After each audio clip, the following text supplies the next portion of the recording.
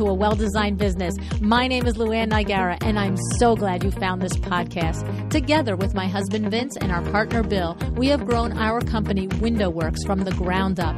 So I know and I understand the challenges you face in running your interior design business. I also know that your talent alone isn't enough to ensure your success. So on this podcast, we talk about strategies and practical steps to help you grow your business. But make no mistake about it, we have our share of fun here too, mixed in with those aha moments that I love so much. This isn't fluff. Nobody has time for that. Whether you are a new interior designer or a seasoned designer, I am here to help you create and to manage the kind of interior design firm that you dream of. It's straight talk and it's action. Are you ready? Let's get started. Hi, Vita. Thanks so much for joining me to A Well-Designed Business and WTF episode. How are you, lady? Oh, I'm great, LuAnn. Thank you for having me again. I appreciate it so much. Well, it's been too long is what's happening here. We just got busy and it got too long, which is exactly what the point of this conversation is about, right? Which is exactly what we're talking about today. Exactly. It's been too busy, too crazy, this whole post-COVID craziness. And to think about that a year ago, a little over a year ago, we were so scared right after the lockdown, thinking, oh my gosh, what's going to happen to all of our businesses? How are we ever going to make it? How are we going to survive? I was reforecasting my numbers to 30% of budget. It was crazy. And now we are like 100% above budget, which is bigger in 2021 than what 2020 actual was. So it's craziness.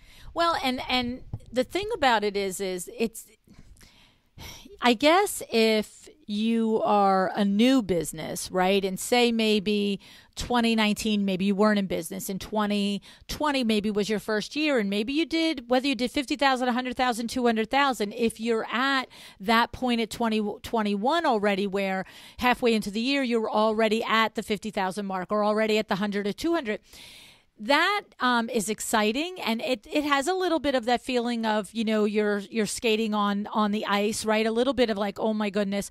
But I just having been through all the stages of business from the beginning to now, to be at the level we're at and to be at 50 and 60% above normal, this is way more difficult than a recession in my mind. Is the moving parts, the conversations, the challenges are having been through multiple recessions, and I don't take a recession lightly. By the way, I almost lost my marbles in the first one, literally crying on the daily, and I've talked about that before, but. There's just something different with having what I've been calling is a tsunami of business at you. Well, the thing of it is when you're in a recession or when things are down, it's you that you're responsible for. You answer for yourself. It is your own livelihood, your own being, your own business. And yes, it's very, very difficult and you put a lot of stress on yourself, but really it's you and also your people too, if you have a certain size business. With the increased business where we are right now, it's all of the above, plus it's all the customers that you unfortunately sometimes are forced to disappoint because there's only so many hours in the day, so many people can do the work. And so on an everyday basis, you have to choose. If I have so many people, so many hours, I can get 3 clients installed or 2 clients measured, 1 client telephone called, and there's 10 more in each of these categories, then what happens to all others? Unfortunately, they go disappointed on this day. And then the next day, the same avalanche of business and clients and appointments and categories happen, and then 10 more going, or 7, whatever the math is, going disappointed. And that just, it compounds, and that's where the stress comes in. The additional stress. Yeah, no, you're exactly right, because it's that conversation on the daily. I don't have it yet. I know we're running behind, blah, blah, blah, la, la, la. When you are accustomed to, you know, having complete confidence and pride in doing what you say you're going to do, like saying what you're going to do and doing what you said you were going to do. And now it's like, well, should we even say we can do this? Like, I'm not sure. It's like, and it comes down to the challenge of managing expectations and speaking truth and still closing sales. So, for example, for a large population of the interior designer business models, you could be wanting 6 to 20 clients a year, depending on your pipeline and the size of your project. And I know there's designers that do 100 clients a year. Don't get me wrong. But the bulk of them, I've, interviewed 700 of them, right? Like the bulk of them, 25 or 35 or 40 clients would be a large number. And so I'm not diminishing the delays that they're going through. I've had designers tell me that they've had homes that are completed and ready for their client to move in, and appliances have been back ordered for 6 and 7 and 8 and 9 months. And not only are they back ordered, but there's not even a statement from the vendor saying when you can expect it. I've also had designers share with me over the spring of 2021 that they got notifications from many of the vendors that if you want furniture delivery for Christmas installs, the cutoff date was May 5th. Oh my gosh. Like what consumer is thinking about Christmas delivery, in April and May? And so for a designer to have to convey that information, I get that it's hard. However, for our colleagues that are window treatment people, when I'm going to have 300 customers this month, you know what I mean? And others are going to have 500. And even if it's 100 a month, even if it's 50 in a month, depending on your window treatment model, that is a huge amount of having pressure, stress. Yes, it's we have constant conversations with the salespeople about don't tell them 6 to 8 weeks delivery. You've got to tell them 8, 10 weeks, 12, 14. But and my awning salespeople in particular look at me and they're like, so I'm supposed to look at somebody in June, convince them that it's a sound investment and it's a worthwhile $30,000, $40,000, $50,000 investment to purchase this awning that we are not going to install until after Labor Day. And you know what? The truth of it, yes, the answer is yes. And that is a lot. And that's why, to your earlier point, it's so much more difficult during good times than during bad times. And I know this statement sounds like an oxymoron, but it's exactly the example that you just gave. Yeah, after you've made the sale, after somebody has entrusted you with their money, their project, their future in the way, their dreams of having a beautiful backyard. At this point, you have to have the guts, the bravery, the courage to say, it's going to be available in September, October, because otherwise you're setting yourself up for continuous disappointment of that client and ultimate unhappiness, because the September, October is not going to change no matter what you say right now. It's still going to be September, October. And I just had the conversation just yesterday at Window Works where, the customer only ordered the awning 3 weeks ago. Like literally. And it's funny because inside voice, when somebody calls, this is totally inside voice. With somebody I'm like, glad we're broadcasting to your millions of people, LuAnn. Yeah. But like we're all in the business, right? So, but like the friends. The phone call comes in and my showroom admin answers it. And, as soon as somebody wants a status on something, especially an awning, like I said, last year I became the CCO of Window Works, the chief complaint officer. Like that's just like, and she's like, LuAnn, so-and-so's on the phone. So customer on the phone wants a status on the awning. And so my first question is, what's the order date? And she says to me this date that was like 2.5 weeks ago. And I just looked at her like, what? like there's the status is not yet, lady, like this, right? And so she's like, well, I know that, but what do I'm like, no, give me the phone. You know what I mean? And so, but like, thankfully, JC had put on it, 8 to 10 week delivery. And so I go with, and this is the lesson here too, because I literally don't start apologizing. Not in this situation. Not when you're 2 weeks into the order and you've been told 8 to 10. I just take it like, oh, okay, you just want information. I'm like, hi, Mrs. So-and-so. How are you today? Great, blah, blah, blah. And I said, so I'm looking at your order. I see that we're almost 2 weeks into it, and that you were told that it would be about an 8 to 10 week lead time. So, nothing's changed at this point. Do the math, lady. Yeah, like nothing's changed at this point. Like, and she's like, oh, really? But it's so hot today. like trying to keep a straight face, And I'm like, no, I know it. I know it. No, I hear you. I hear you. Yeah. And the thing is, that one did devolve, because then she did the math. Then, I guess she didn't do the math in her head when she signed the contract. But now she's like, wait, so you're telling me I'm not going to have this awning until sometime in August? And I said, yes, unfortunately, that is what I'm telling you. And then she goes, well, I think you should, you know what, maybe I should just get my money back. Maybe you should just give me my deposit back, because what's the point of getting the awning in August? She goes, it's hot now. And this is where your salesmanship has to come in. Right? Because just what you just said about, and I said to her, I said, I completely understand the disappointment of not having the awning for June and July. I said, but it's New Jersey. August and September are going to be pretty gnarly. I said, you know it and I know it. I said, August and September are, very often the months that we get the 90 plus with the 100% humidity. I said, so if you cancel the awning now, I said, you're definitely not going to have it, not only for June and July, but you're not going to have it for August or September either. You know what I mean? Yeah. And it was like talking, but it took me 10 minutes to talk her off the ledge. And the combination of, slap her in the face with the reality, and then patting her on the head and patting her on the back and saying, come on back in, I'm going to do what I can for you. But without promising something I can't deliver. Right. Oh, it's exhausting. It's absolutely exhausting. But the truth of the matter is, and I've been doing a lot of thinking about it, I think this reality is here to stay. Now, how long it's going to stay here, I don't have a crystal ball. Even our best economists in the country don't have the crystal ball.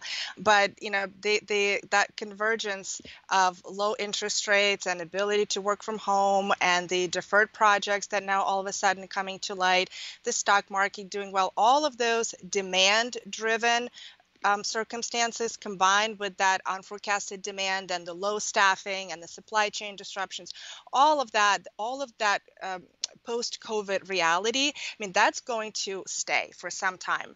Whether it stays here for 2021 alone and then kind of balances out in 2022, that remains to be seen.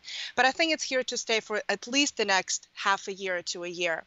And where I'm going with this is that this is not like pulling an all-nighter in college. Yes. This is not you're trying to finish a valance or a big job that's on your table in the workroom because the really big install is happening tomorrow, and then you can kind of relax and exhale. Like, this is not a marathon. I'm sorry, this is not a sprint, is essentially is what I'm saying. Mm-hmm. This is more of a marathon, and we have to pace ourselves as such. And because of that, I think what I've done for my business is kind of taken 5 minutes and really assessed, kind of came to full awareness of what our capacity is, like what our current situation in terms of capacity is. And that capacity can be measured in the number of hours that we are available to work, in the number of people that I have working, in how many nights we want to work, how many weekend hours we can work, which days we want to work. So all of that is calculated, is baked into capacity, essentially. And then you take that, you figure out what your total capacity is, and then decide off of that's your springboard, essentially, to deciding how many projects to take, how quickly to turn them around, what your lead time is ultimately is, and how many appointments to take a week, a month, and so forth. So that would be my very first tip for all of our friends listening in my inside/outside voice, to really take a minute here. And usually the advice is do, go. But I think here the important part is to take a seat back for a little bit and say, what is my true capacity? It's kind of what you say all the time, LuAnn, which I love. You say, what are you willing to do and what are you not willing to do? So it's the same thing. It's that same principle that's applied to either, you usually talk about it in terms of in the context of a sales conversation. I'm bringing it up here in the context of capacity. And so we have to make a decision, which weekends are we willing to work? Which nights are we willing to work? How late at night? How early in the morning?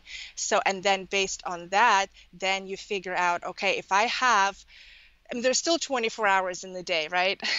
So, and you have to sleep. So based on the available hours, then how much work is it realistic and feasible for me to get done without going completely crazy and berserk and, just, yeah. No, it's so true. And it's funny because in our meeting yesterday with the sales team and my admin, we literally took stock of every single, we have this, the biggest awning that we sell is called a Genius. And it is always a multi-man, almost always multi-day. It's definitely a multi-man. It's a 3 to 4 man install. And it's rare that it's a one-day install. We had one that just ended on Friday of last week that was 2 full business weeks. Like 10 days, 6 guys for 10 days in a row. Okay. Wow. Like, that's crazy. And we have another one coming up that's going to start in a week that they expect it to be 7 to 8 days, 6 guys. Okay. So, you imagine the chaos of that because every other thing that's coming in is not getting installed. Like you're just like, okay, I'm 8 days out of the calendar. But we have at least 14 of these Geniuses in production right now. And so yesterday, to your point of capacity, it was, okay, let's put on the chessboard here the names of all these clients with Geniuses, the number of guys, the number of days that it will take to install, the order date, and if there is a hard promise on an install date, and if not, what is the lead time that was promised. And now it's literally exactly as you said. Well, let me just start by adding up the labor hours that will take to do these 14 projects during the ultimate deadline of this date. And it's like, and that's really cute. Does that take us into October or November? That's more of a question rather than will it get installed in the summer? Exactly. And that, to your point now, with that information, now I have to go to my lead installer, Carlos, and say, we're going to need some Saturdays. We're going to need some, and actually I don't do it that way. I say, Carlos, here's the situation. What do you think we should do? Because, with men, it's always better if it's their idea. I'm just saying. I completely agree, and I take your word for it. Exactly. It's like, I think we're going to have to work a couple Saturdays. That sounds like a great idea. Which ones? But I mean, and they're smart guys, and they're empowered, and they know the workload, and they care about the customers. But it is better to get their agreement if it's their idea, right? So, but this 100%. Is the thing. Your exact point is, what is our capacity and what is the willingness? Because at WindowWorks, I have a lot of colleagues in the window treatment industry that do awnings also, and they literally just say to their installers, you are mine every Saturday from May to Labor Day. No questions asked. And if you don't like it, don't take the job or don't stay with me. We don't do that. We're a little bit more, family focused, family centric, human being focused, and we want our guys to be able to take some Saturdays and, to have most of their Saturdays. But there comes a point when you do this capacity analysis where you're like, this is not going to happen without some Saturdays. And this whole concept of capacity it can be applied to whether you are a one-person workroom. That's right. Whether you are a 1 or 2 or 5 person window treatment professional working out of your home, or whether you run a multiple person workroom, or whether you're a retailer in millions of dollars like LuAnn. The concept still stays. And I think it's actually very familiar to our solo workrooms because of time studies. Time studies is something that all workrooms should be doing, and I know a lot of workrooms that I've talked to are doing already. And so if you guys are feeling like you're really pressured and that work keeps piling on and you're not really seeing the light of day, then do take this advice and take stock of the work that you have. You know how long it takes you to produce 5 panels, 2 cushions, 3 pillows, a Roman shade. You know how long it takes you, and take a calendar and calendar it out and say customer Smith is 3 days, customer Jones is 5 days, customer XYZ is the next however many days. And you will actually see that with the work that you have on your table right now, with the fabrics that you have, the deposits that you've received, you may already be out to July, Right. August, whatever it may be. And so when you're equipped with that information, then you can start communicating to your clients better. And that's really kind of the second coping strategy here. It's okay to take stock of where you are and any day, every day, but then the most important thing is to make sure that your staff, your colleagues, your customers, they know where you are in terms of lead times and what you are capable of producing and ultimately promising them. Exactly. It's so true because you're right. I mean, if you're looking ahead and you know your table, you figured out your hours and your labor, and you know your table is booked to July, the next designer that walks through the door and says, hey, I've got a big, I need 4 pairs of drapes, 1 pair of drapes. You can say to them, thank you, I appreciate the order, probably August for delivery or September for delivery based on, my lead time. And you know what? Here's what's going to happen in a climate like this. We're all going to lose projects. We're going to lose projects. Oh, 100%. That's the thing. But what's the alternative? You can't just sell something, whether it's me selling to a retail consumer or taking a project from a designer or you guys taking projects for the workroom table, whatever it may be.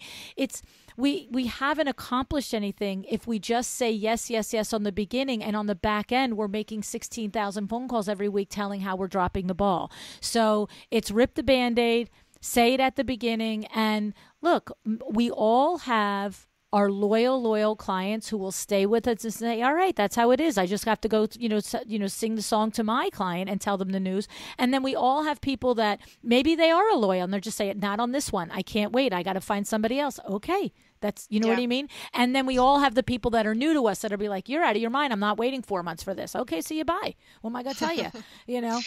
I think what is really important for me personally in my business, LuAnn, is that once I give, so first I need to muster up enough courage to tell the new designer that instead of my usual 4 to 6 weeks, I am now at 6 to 8 weeks. But really, if it's a brand new person, I'm more like 10 to 12 weeks, yes. Right? So it takes a lot of courage to go and really say that to a brand new potential client, to a prospect who you really, really want. Right. All right. So then once I've mustered that courage, then the next thing for me, for Vitalia Inc., then it's really important to stick to that. Really, really do everything possible that's in my power. Now, granted, there's definitely back orders, there's unforeseen situations. The customer service that we're experiencing with our vendors is leaving a lot to be desired. But anything that is in our power, we will do. We will twist into a pretzel to make that happen. Now, and the reason it's kind of relevant to me right now is just before our recording, LuAnn, I got an email from someone, from a colleague to who we asked to help us with some of our fabrication and production, because to the point earlier, we assessed our capacity. We realized that if we are to do a good job and not go past 8 weeks, we really need to enlist some of our colleagues to help us. And so we got a lead time from that colleague of 4 weeks.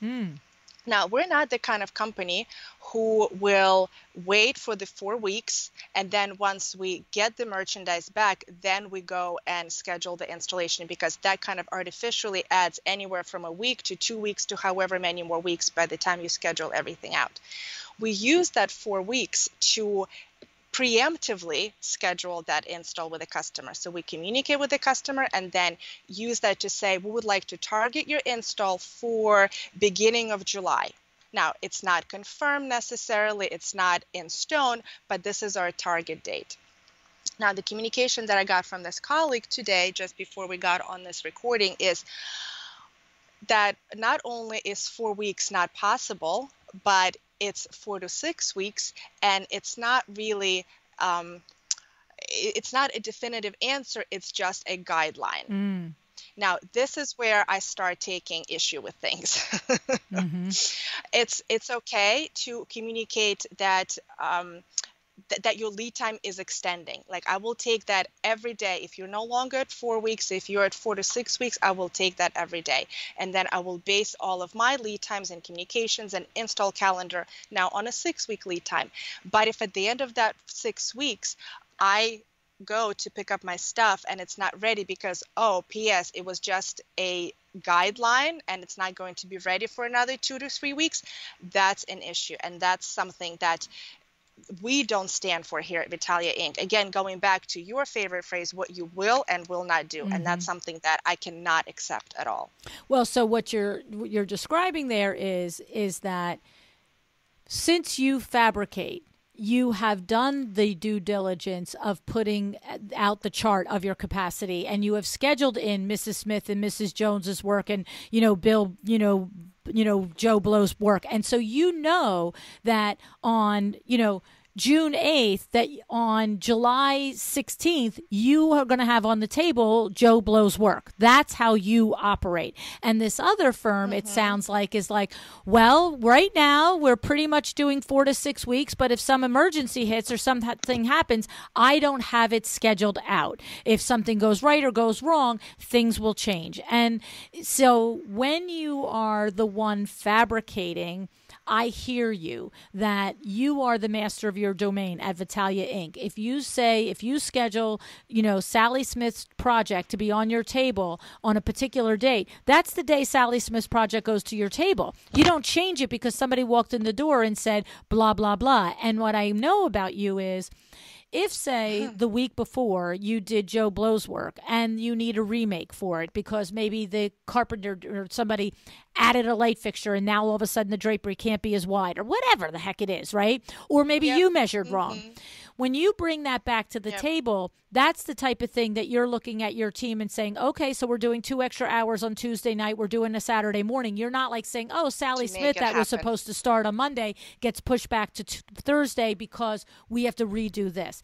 So the thing is, for people like me that don't fabricate, though, I am at the mercy of you guys. You see? And so... Well, and that was my exact example. I was at the mercy of that colleague, just like you are. So it's but I'm at the mercy of all of you every day of the week. Whether it's Hunter Douglas, Horizon, Comfortex, the drapery workroom, whoever it is. And that's why in our secret sauce is having my installation team, which was 3 or 4 guys and now is up to 6 full-time installers. Okay, 12 eyeballs every day that I look at and go, okay, we got to get these guys productive, right? And so that's where I can make a change, because if I had to be at the mercy of all the workrooms like I am, and then at the mercy of a subcontract installer, well, what would I be able to promise somebody, honestly, with any confidence? Like, you know what I'm saying? It'd be like, well, maybe we'll get it done, and maybe I'll get an installer to put it up for you. How about that for a big fat maybe? Want some more? Here, write another order. So, so at least, we have control over that. If a job goes right or wrong, we can play chess with our own schedule and do the things and ask extra hours and blah, blah, blah. So, but it's a tough climate right now. There's no question. And communication, in all regards, is at the heart of it. And we know that from every conversation on the show of setting client expectations, and it's about keeping on lockdown, making sure that you are getting help where you can get help. I have to say, Madeline McRae taught me this 3 years ago. I live by it now. I just did it yesterday with Kimberly. It's who else can do this for me? Who else can do this for me? And it's like, and it's crazy how many times we will just go ahead and do something ourselves because we can, because just get it done. It's easier than explaining it. I'm thinking about it now. I may as well do it. But whether it's something at home, it's something in our business, there are other people that can do something. And if you spend, what I have learned from Madeline is, if I spend 3 minutes exploring that, not everything can I offload, but if I offload 5 out of 10 things in a day, a week, whatever it is, that gives me all those minutes back to go do something that really, truly only I can do. Yeah, you're 100% correct. It's our default to just get things done ourselves because it's easier. It doesn't take as much energy to explain things. We don't have to then check and recheck. We don't have to correct mistakes and then thinking, oh, we might as well have done it ourselves to begin with. And that is certainly a very valid point. However, if we are to run a business with some people in it, staff, then there's just no way for us to grow into that staff and for us to work any less than 24/7, essentially, if we are to do every single thing ourselves. And ultimately, when we continue pulling those all-nighters every night, every day, all the time, then that just ultimately leads to a burnout. Yeah. And that's really, I think, what we're talking about here. And that's how I'm viewing this whole post-COVID craziness, is that it's not a sprint, it's a marathon. Strap it in, figure out how to set up my business in a way where we can sustain this for a long time. It's not just one project. This is many, many projects going forward into the rest of the year and into the next year too. And one of the things that I started doing, so interestingly, I just came back from a conference on generational wealth, which is like a whole different podcast and topic in and of itself. But one of the things that we talked about a lot at that conference was how important it is to involve your children at the earliest age possible, at whatever stage they start understanding things, comprehending things, becoming some kind of help. And now, of course, we know children may not be like 100% help the way you and I would do things, but there's certainly some percentage of your work that can be offloaded to them. And so what we started doing, because for Vitalia Inc., opening packages, as really not just me, you guys, any window treatment specialist, any workroom out there, any window treatment pro would know that receiving packages, opening them up, checking them in, checking them against the PO, it's like it could be a full-time job depending on especially if you're doing it right of your business. right. It's not just okay, I got customer Smith, okay, I'm just not going to open, but I'm going to set it aside and check in my reports or somewhere in my head that Smith arrived. That's not really checking it in. I mean, checking it in means you open up the packages, you open up all the wrapping inside, you make sure that it all matches. Let's say if it's hardware, that all the finishes match, all the diameters match, the number of rings, the number of poles, the number of finials all match what you were supposed to receive. And you don't just check it against the packing slip.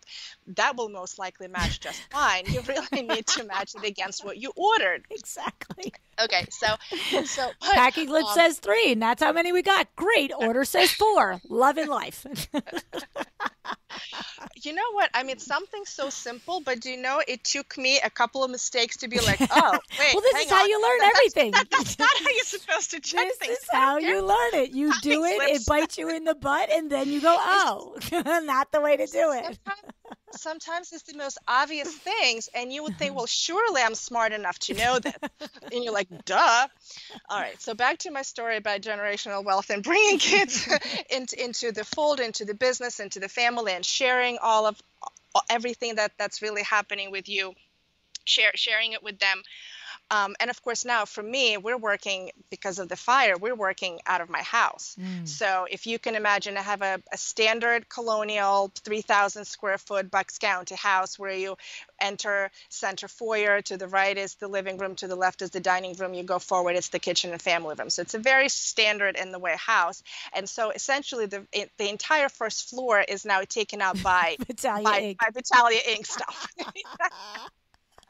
So kids think it's one big party to begin with. I mean, they're loving it. They think it's an obstacle course, and isn't it fun and all that. But so you have to like kind of continue having fun with them. So on Saturdays and Sundays now, they know that they're going to put in 1, 2, 3, 4 hours sometimes. I think one time it took us 4 hours to open up all of the packages.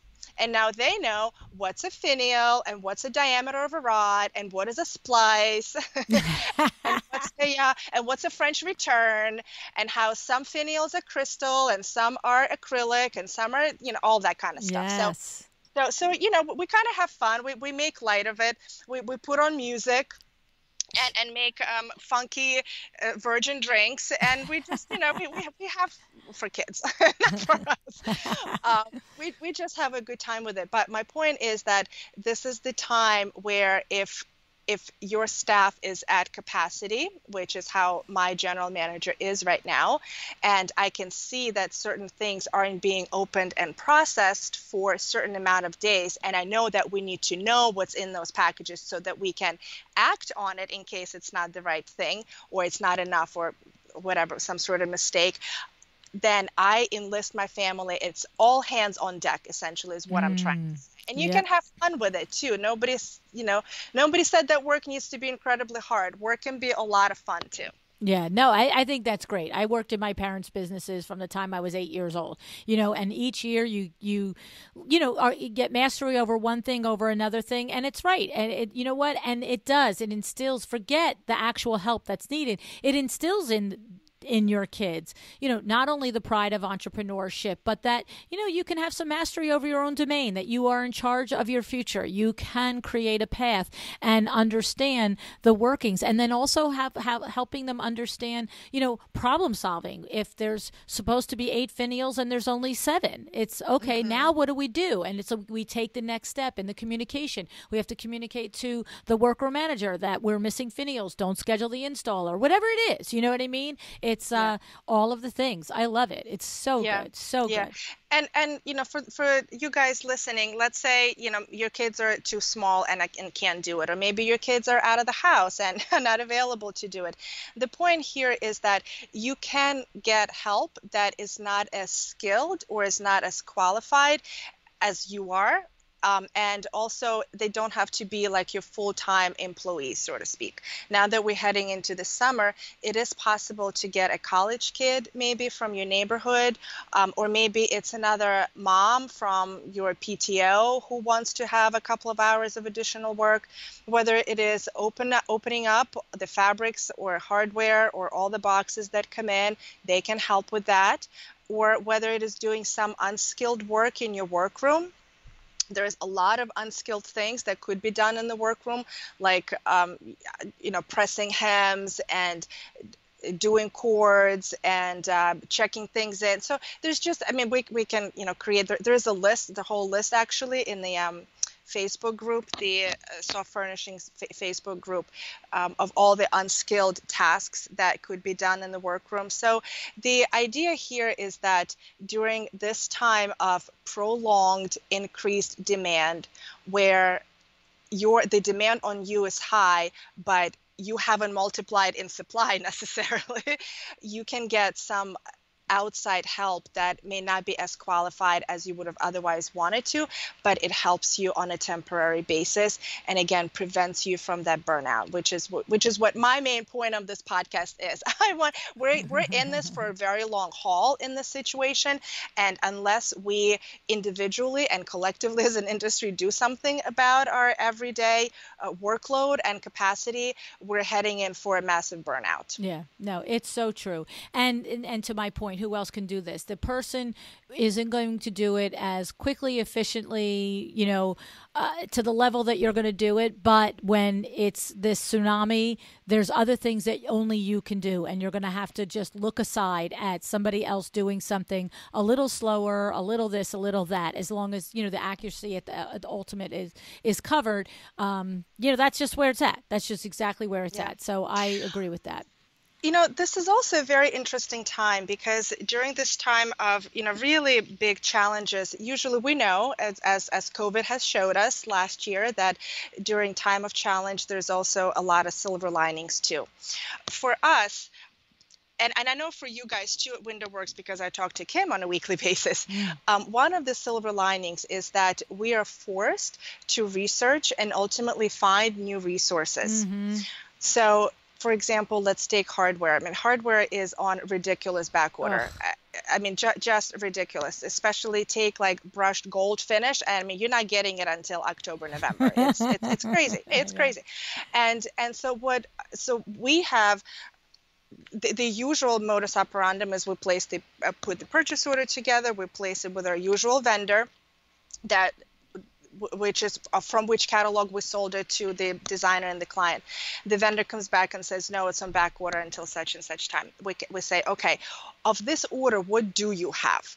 Right. And they say, okay, I have 50, 60%. Right. 3 rings out of, 43. I'm like, okay, great. And you know what? If in the past, LuAnn, but here's how the reality of it, if in the past I'm like, oh, okay, no, thank you. I'll say, give me 3. Whatever you have, give it to me. Whatever you got. You don't have 8-foot poles? Fine. Give me 12-foot poles. I'll cut them back. You don't have 12-foot? Give me 2. Whatever you've got, I will take it all. Exactly. So that's kind of like the first line of defense. And then if they still only have 3 rings and I need 43, then of course the next line is you go through all of your existing resources and you try to find who else has something in a very, very similar finish, which you can either supplement or you can reselect altogether. And you guys, 100%, this is so frustrating, and it's taking twice, if not more than twice, as long as it used to take. And we're in this together. We're even in the same boat. Like if during COVID we were all in the same storm by different boats, I feel like we're all in the same boat on this time. All right, but the silver lining of this is this. The Titanic. Oh, God. Cancel. So, yes, please cancel. So now we're researching additional vendors, something that we in the past maybe would have never done. We have our, let's say, top 3 or top 5, and then we have some secondary. Maybe we have 10 to 15 vendors that we have in our library. Well, at this point, we're forced to research way beyond the 15 and going into 20 and 25, and so however long it takes to get to those, gold rings. And yeah, we're forging new relationships with new vendors, finding people that we never knew existed, and in some cases it's hasn't worked for sure. In some cases it has not worked, but in some cases it has. And I am just choosing to kind of stay positive about it and thinking that that's one of the silver linings, because if it wasn't for this crazy backorder situation, I would have never found some amazing vendor out of Texas. Yes. We're probably thinking of the same vendor, because Kim has told me about this hardware vendor. She's like, who knew about them? You know what I mean? So no, I think it is one of the silver linings. And I just want to say, we talked about as far as, managing this tsunami, right? And we talked about having to be upfront, and we talked about having to be realistic with, talking about the lead times, especially at point of sale, before we're taking somebody's money from them. And then to keep the lines of communication open throughout the process, and also doing, like you said, every single thing you humanly can do to keep the commitment that you did make at the beginning that's within your power, right? But, there are other strategies. And I know that, for us at WindowWorks, now not for so much for designer facing, but for consumer facing, we're raising prices.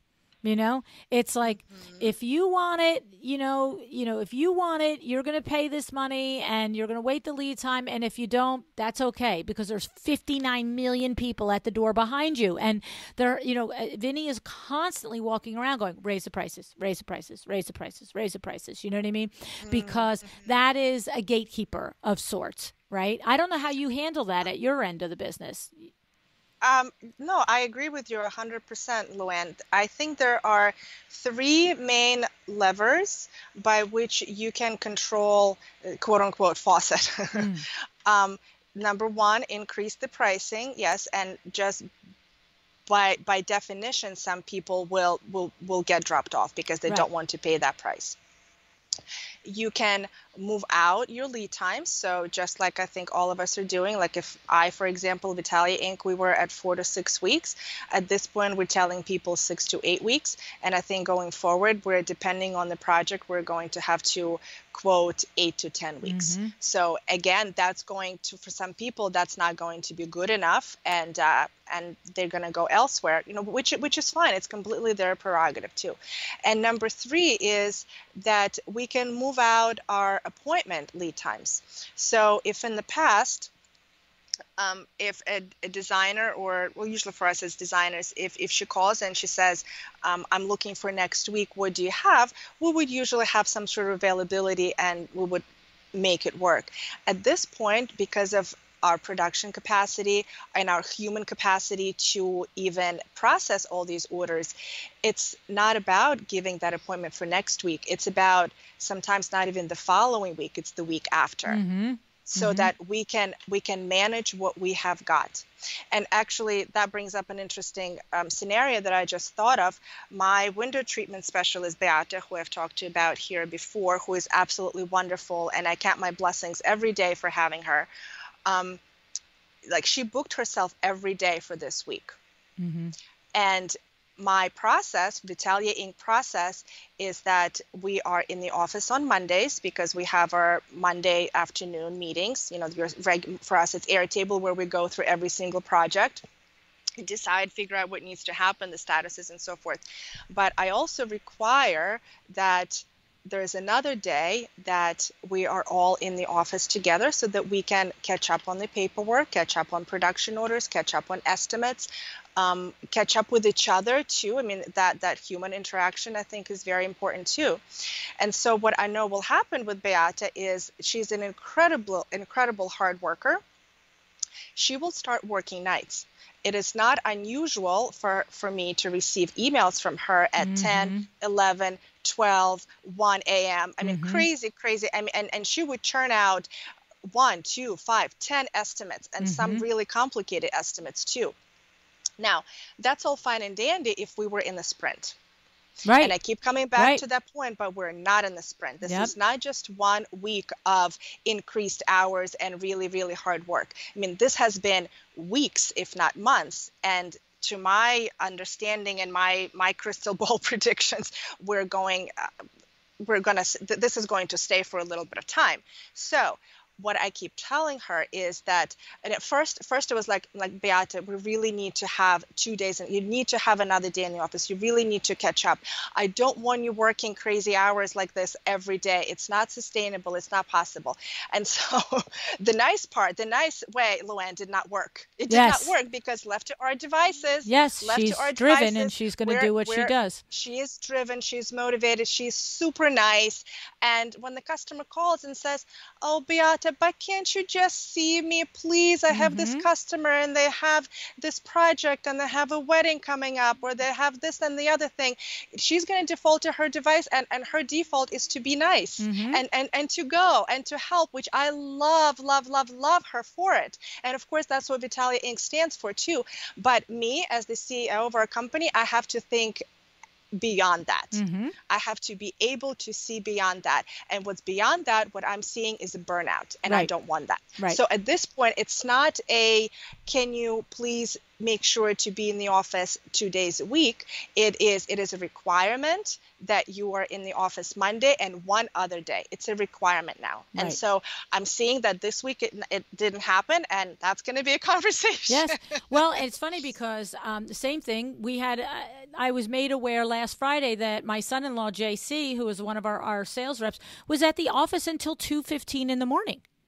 Now we see the emails like you are talking about going out all night long, but like was literally physically there till 2:15, and on 2 levels that makes me so sad. It makes me sad as the business owner, and it makes me sad as the mother of his wife. I'm like, what are you doing?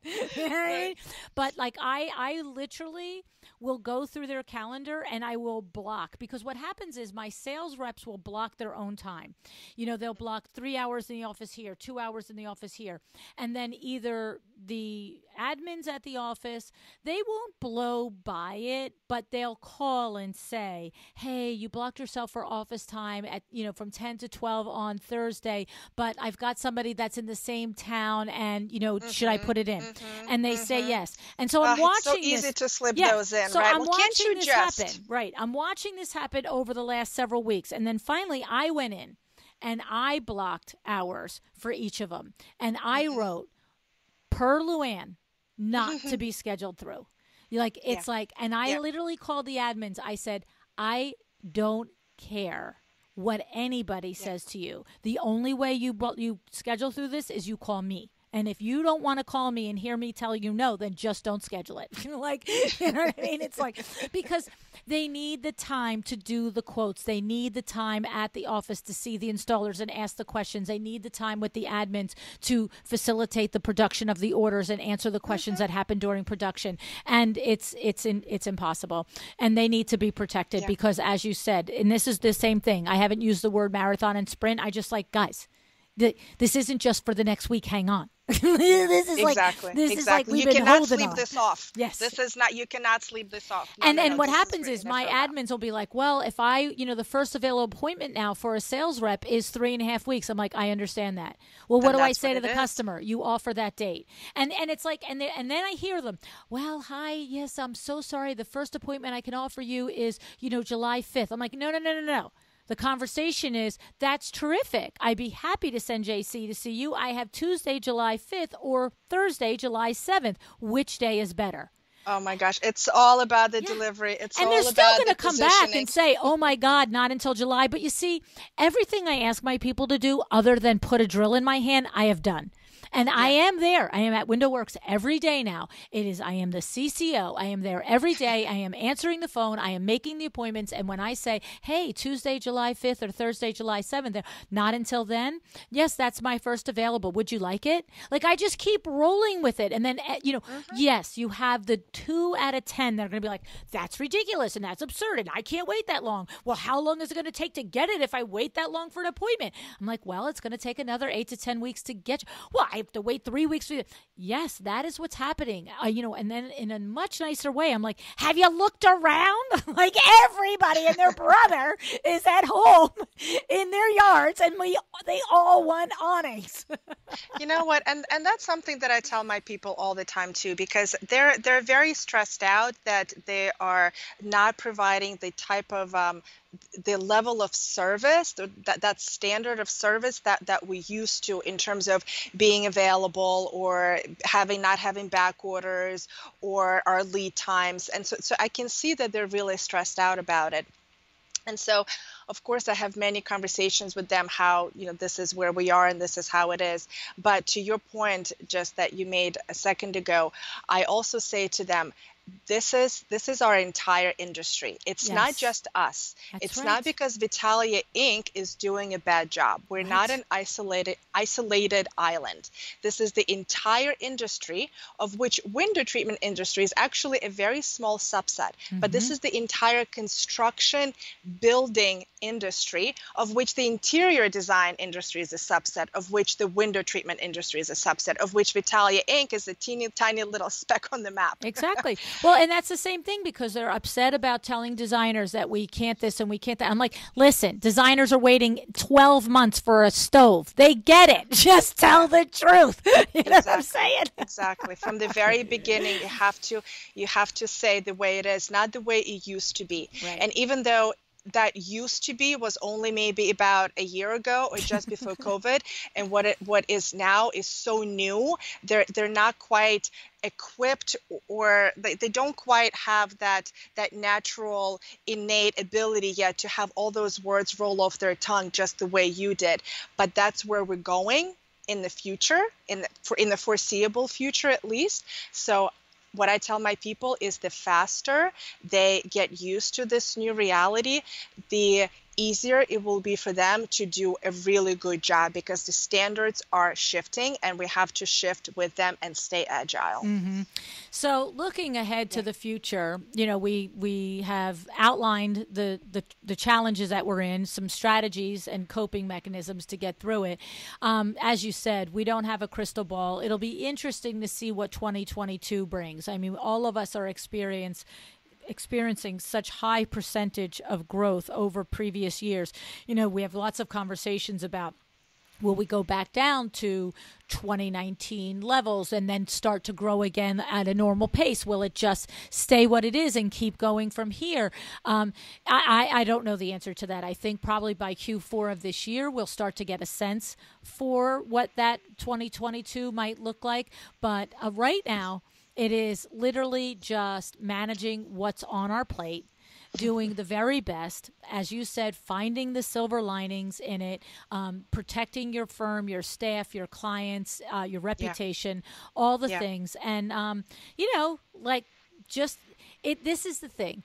If you're in business and you expected it to be easy, you did the wrong thing. So, and whether the hard challenge is a recession, the hard challenge is this incredible surge in business, if the hard challenge is employees, the hard challenge is vendors, the hard challenge is production times, what it is it's wake up and expect it. Wake up and expect something's going to go wrong. Something's going to be not what you wanted. Something's going to have to be attended to. Because when you have that perspective, then I don't think you keep getting shocked and surprised and sitting in the shock and surprise. It's just like, okay, so this is what's on my plate today. How am I going to work through it? It's you know what I'm saying? It's like walking 100. into the mall and not expecting there to be a shoe in the shoe department and not expecting there to be shoes. It's like, oh my God, there's shoes? It's like, I'm in business. There's problems.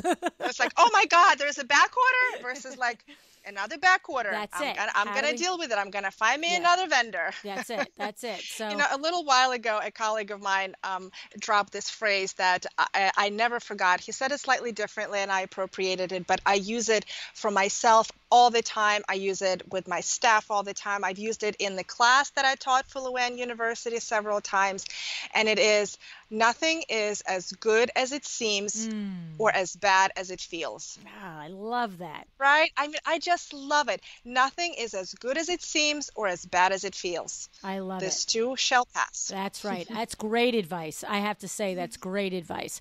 So, Vita, here's the thing. All the places. So they can find you if they're designers in the Bucks County, PA, Greater South Jersey area, all the things. If they're there or they have projects in that area, Vitalia Inc., right? You know, .com, right? VitaliaInc.com, you guys, if you're in the Philadelphia tri-state area. That's right. We're here to support you, to be your one-stop go-to resource, your white glove concierge level window treatment. Exactly. person.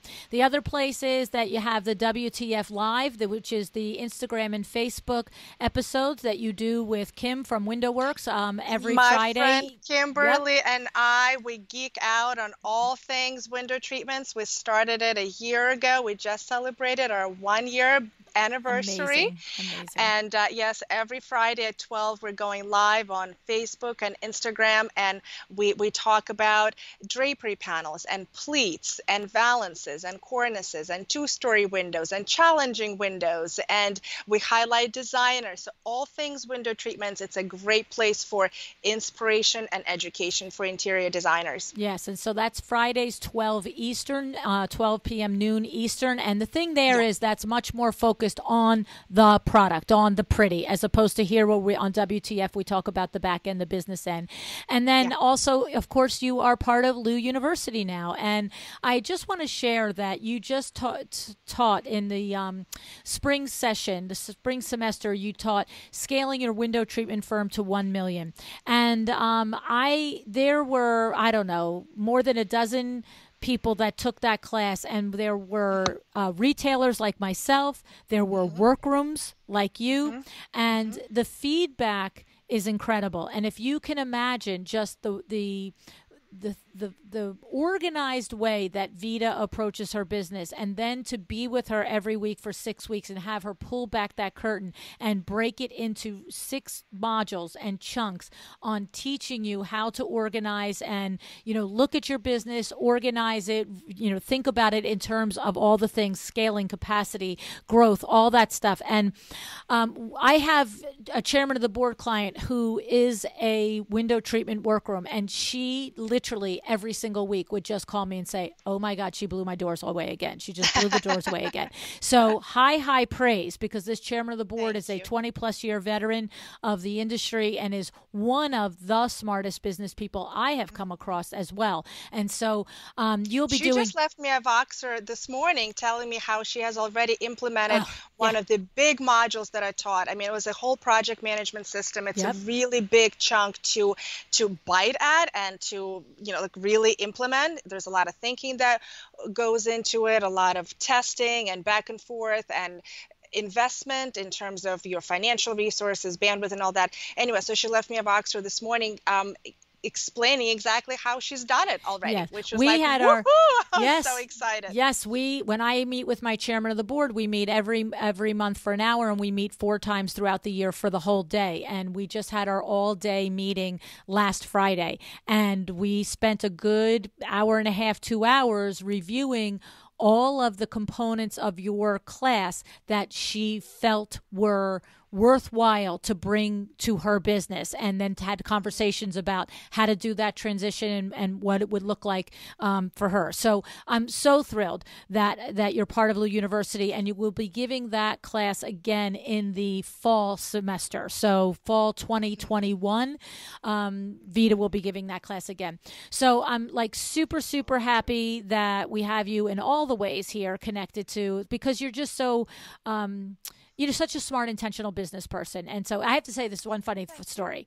This is really funny. So you guys all know Amber De La Garza, right? She's a productivity specialist. She has the Productivity Specialist podcast. She was part of my Power Talk Friday Experts Volume 2 book. And she coaches me on productivity, because you know me. I'm like running around the place with my head cut off. And, I'm great for ideas. And then it's like, okay, here's a great idea. Somebody go do it. And what's hysterical is that I coach with Amber every other Thursday, and we have our session for a particular hour, and Vita's session follows my session. And every single time that Amber says, okay, thanks, it was great seeing you, and I'm like, okay, and she's like, all right, Vita's about to pop on, we got to go. I think to myself, this has got to be insane, coaching me in productivity and then coaching Vita. Because Vita's like, all right, how many more lines can I put in my spreadsheet? And how can I make the cat? And I'm just like, are there such things as spreadsheets? It's just hysterical. But I share that because, A, we're both always striving to be better. That's right. Okay, we have completely that's different gaps. Like my gaps are completely different than Vita's gaps. But what I think is very interesting is the capability of Amber to be able to coach 2 completely different personalities and skill sets in the same genre of coaching, productivity. And so I just had to give her a little plug there, because I marvel at what she teaches me each week. And then every other Thursday, I marvel at what she teaches me. I mean, every session I come away with pages of notes and 2 or 3 very specific actionable points that I can implement that I did not do or even know of before. So, I just think it's funny. And so, when in the light of talking about how you're really helping window treatment professionals up-level their game in Lu University, I believe in coaching. So all of us at every level of our business can get help from somebody else in something. And so I just think it's so fun. I literally hang up the Zoom and I walk downstairs and I think this has got to be insane going from me to Vita. That's got to be like, like LuAnn looking at her like the deer in the headlights the entire time going, huh? And Vita going, but what if we added a line there? So, what if we made it even it's already 97%. What if we made it at 99%? What would it do to me and my business and my free time? So So but funny. you know, it's like you said, we all have gaps, and those gaps are in different places.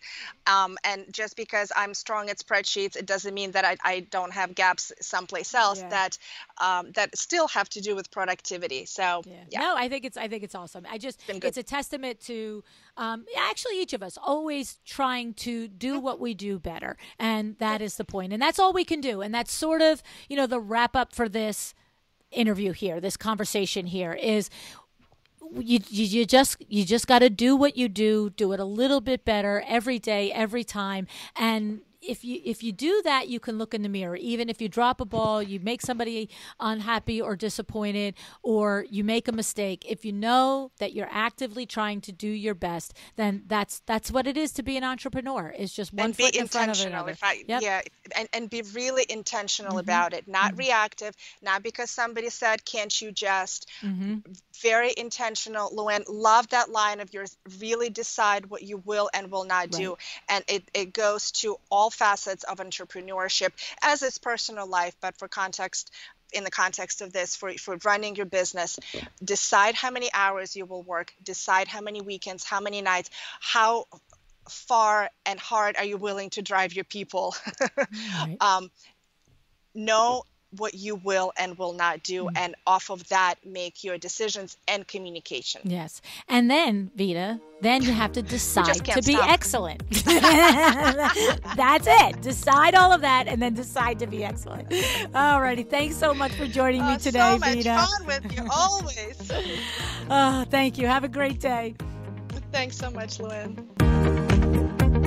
Thank you so much for joining me again today. This podcast is a production of WindowWorks, your resource for custom window treatments and awnings. To learn how we can help you on your next interior design project, go to www.windowworks-nj.com. And if you're interested in working with me on your business, either through masterminds or one-on-one coaching, or you want to know how to get my book, The Making of a Well-Designed Business, or you just want to know what's going on in the podcast land and where I'm going to be, all of that is found at LuAnnNigara.com. Thank you so much. Have an excellent day.